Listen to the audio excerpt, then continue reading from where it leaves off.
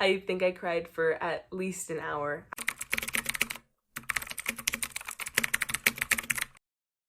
Hey guys! For those of you who don't know, I'm Jalen. Today I'm super excited. I am going to be sharing my 5-star reads, both standalones, single books that are a part of a series, and 5-star series that I've read. So to preface, the way that I rate 5 stars is literally by crying.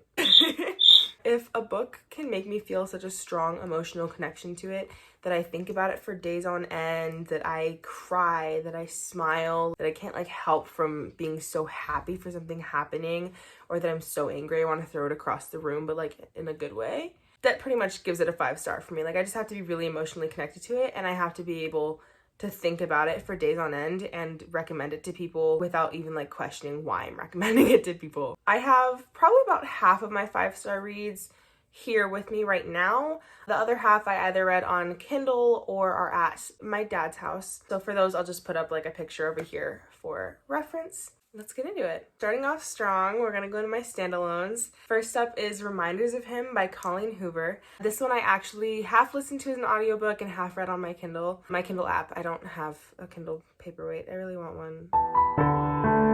It's such a beautiful book. It has such a deep meaning, and it's executed so artistically with the romance undertones, with the whole theme of the book. It stuck with me. I still think about this book all the time.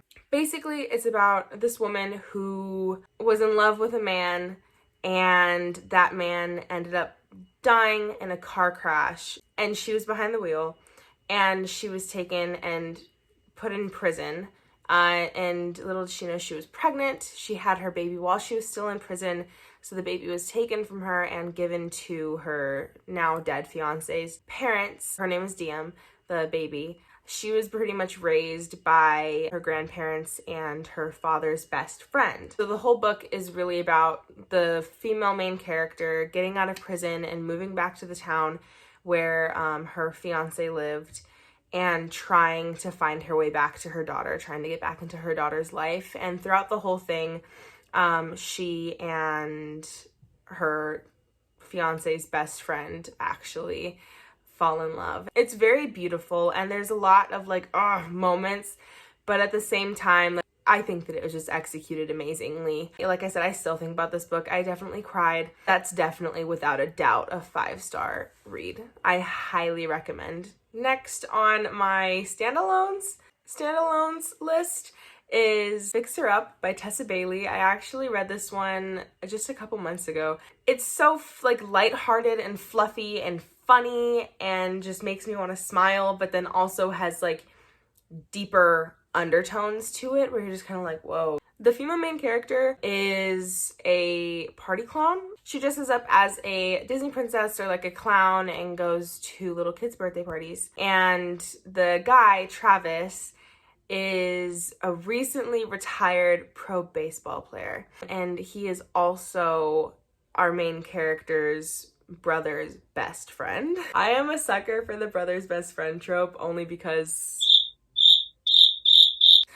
Anyway, it's about Travis moving back to his hometown after being retired from the pro baseball league, and him and Georgie falling in love. The plot twist had me gasping and frustrated and just don't do this to me right now. You cannot do this to me right now. And I don't think that I necessarily cried. I definitely teared up reading this book, but it was one of the ones that I thought about for a couple days afterwards, and I kept wanting to go back. That is another one that I recommend to a lot of people. I think 5 of my friends have heard from me that they need to read Fix Her Up. It's just such a good, fluffy book, and it has really good smut scenes. It's really good smut. Next on the list is going to be Credence by Penelope Douglas. I actually annotated this book so you can see all my little tabs in there and everything. I felt that the main character was actually very relatable, as weird as that sounds. And I know that there's so many people out there that hate this book, that want to forget that they read it, that just want to hide it away in a corner. But honestly, it was one of my favorite books. I think that the smut, wow. The way that the female main character in this works through things. Like, Tiernan has been through so much. And throughout this book, we really get to see her, like, find herself. Because basically in the beginning, her parents die, and she's sent to go live with her uncle and 2 cousins. Technically, they're not related at all. It was her dad's stepbrother and his kids. So they're not blood related whatsoever, and they haven't had a relationship with each other, like, ever, because her dad and her uncle never talk to each other. She does get romantically involved with all 3 of them, and we kind of get to see her find herself through her decisions that she's making with who she's going to end up with and who she chooses to love. I was very, very, very happy with who she did end up with. Because he's my favorite. I'm not going to say who, because I'm trying to keep this spoiler free, but I would definitely recommend reading Credence. I know that it sounds really weird, and I know that people swear against it, but I loved it. Next is going to be Crescent City, House of Earth and Blood, which is the first in the Crescent City duology. It's a duology right now. It's going to be continued. I haven't read the second book, so I could not put this into my 5-star series because I don't actually know if the second book is going to be a 5-star for me, but the first book definitely was. I loved the whole theme of the book, and I loved that it wasn't romance central. There was definitely romance in there, and don't get me wrong, I love Bryson Hunt with all of my heart, but I did really like that it was kind of a murder mystery, solve the crime kind of vibe, which I thought was really cool, because the whole time I was trying to figure out what was happening while Bryce was trying to figure out what was happening. And it was just kind of fun to see how differently we were thinking with all the different things that she and I knew. It is really long. It's an 800-page book. The book starts out with Bryce Quinlan going out, partying it up, living her life, and then coming home and finding a tragedy, essentially. And it follows her story, trying to figure out what happened that night. Hunt Athalar, one of my favorite bookmen, is actually chosen to protect her, like be her bodyguard, but also kind of keep an eye out on her because she's not ruled out as a suspect. And I just think, like, they fall in love, but neither of them really admit it for the longest time. And it's so frustrating, but also you're, like, rooting for them. You're like, okay, I get it. Like, I get it. Just do what you need to do, but, like, you're in love. It's hard to explain in words the way that I feel about this book. Whenever I flip through to my blue tabs, so my sad ones, I'll end up crying within the first page of reading one of those. Like, I'm still that emotionally connected to the book. It did take me a lot longer to read it than I think I would have wanted it to, but regardless, it's so worth the time. Next is They Both Die at the End. I loved this book, and even though that it wasn't very romance heavy, which is super strange for me to like a book that's not romance heavy, the meaning behind it and the characters and the plot just made it so amazing. I loved getting to follow the 2 main characters as they were living their last 24 hours because they weren't afraid, which was really interesting to me because on my end, I'm like, if I were told that I was going to die in 24 hours, I'd literally cry. Like, I'd be terrified. And while they were upset at, like, the looming death, they never showed necessarily that they were, like, afraid of dying. It shows the 2 of them kind of falling for each other and this friendship into romance kind of blooming between them, and then they die at the end, and it killed me. I think I cried for at least an hour after finishing it and closing the book, but it's so worth it because it kind of really reinforces that we don't have forever. Like, one day we could wake up and that could be the last day that we're awake for. So appreciate everything that you have and do what you want to do while you still can. And I love that theme. That was also a theme that was pretty heavy in the Crescent City book. It's very meaningful and it hits deep. So I 10 out of 10 recommend reading They Both Die at the End because it kind of makes you appreciate what you have a lot more. My next 5-star read is A Touch of Darkness. Although I didn't really think the writing was all that amazing, I thought that the story was really, really amazing. I love Hades and Persephone. I love Greek mythology in general. Hades and Persephone is one of my favorites. I really enjoyed that it was a modern take on the original Hades and Persephone story. It wasn't necessarily like the Dark Olympus series by Katie Robert is, where it's like different but the same. It's literally like they're the gods. They're actually the gods from Greek mythology, and they are ruling Olympus. And it's like this whole mythical, magical adventure, and I was obsessed through the whole thing. I can't really pinpoint why it's a 5-star read, but it is. Now on to my 5-star series. First, of course, is the Quart of Thorns and Roses series. I love this series. This series holds a very special place in my heart.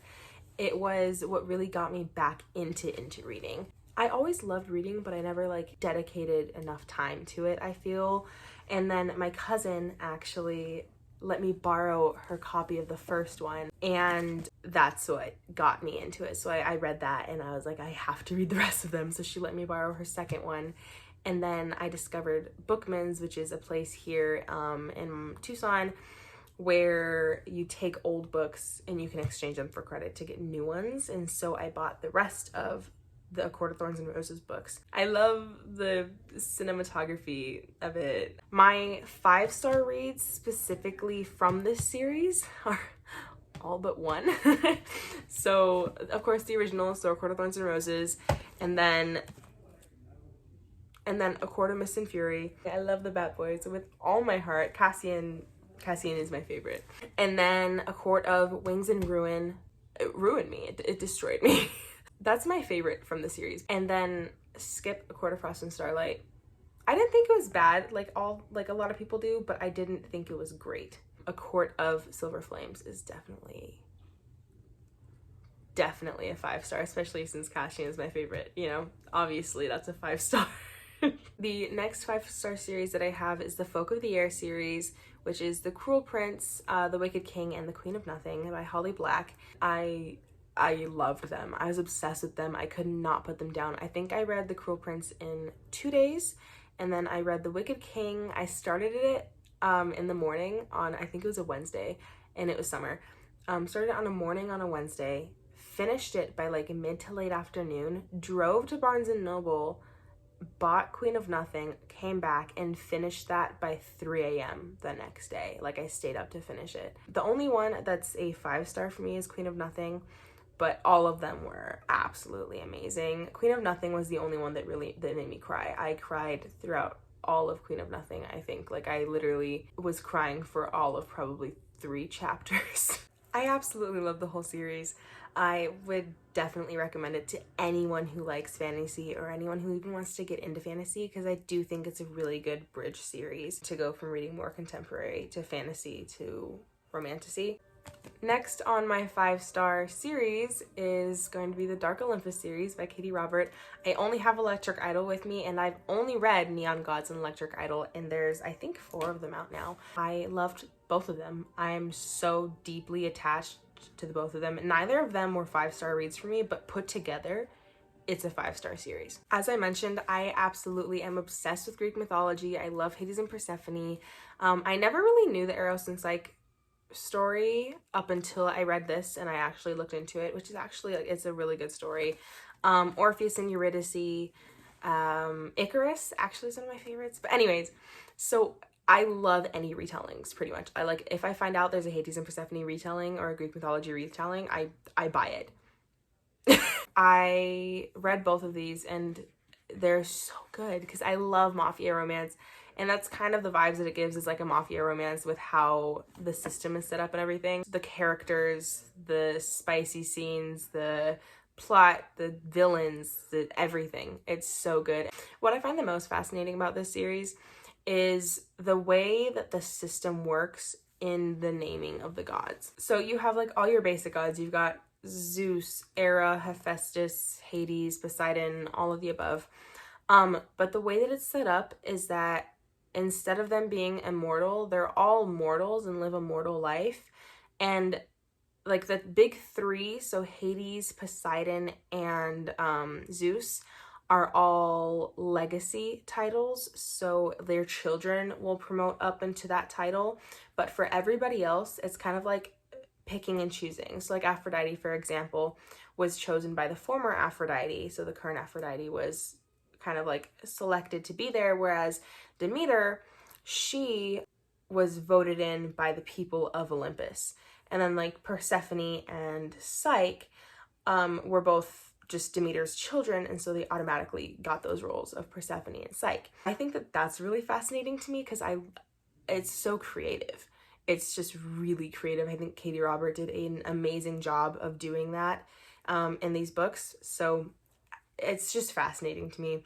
I definitely recommend this to anyone looking for even just a spicy read, even if you're not into Greek mythology, because there's not a lot of like heavy Greek mythology things that are in there, but just I think it's a really good read in general. My last series on my 5-star series is the Twilight series. They hold a special place in my heart because they were really the first more mature book series that I read, and I've grown up watching the movies, and I begged for the books, and I had a Twilight themed birthday party when I was 12. And so I love all of them. Bella and Edward are my absolute favorite. Yes, I'm Team Edward. I'm not Team Jacob. Not that I don't like Jacob, but you know. Emmett is my favorite from all of them. He's my favorite guy ever. I loved Bella. I thought that Bella was a really good main character, even though she could be kind of like oblivious sometimes, but that's okay. The only book from this series that I would rate 5 stars is actually Eclipse. I would rate none of the others 5 stars. So that is it for today's video. Hopefully you guys want to read one of those because I really like all of them, so I really hope that you guys would like all of them. If not, that's okay because everyone has their own preferences, their own opinions. That's totally fine.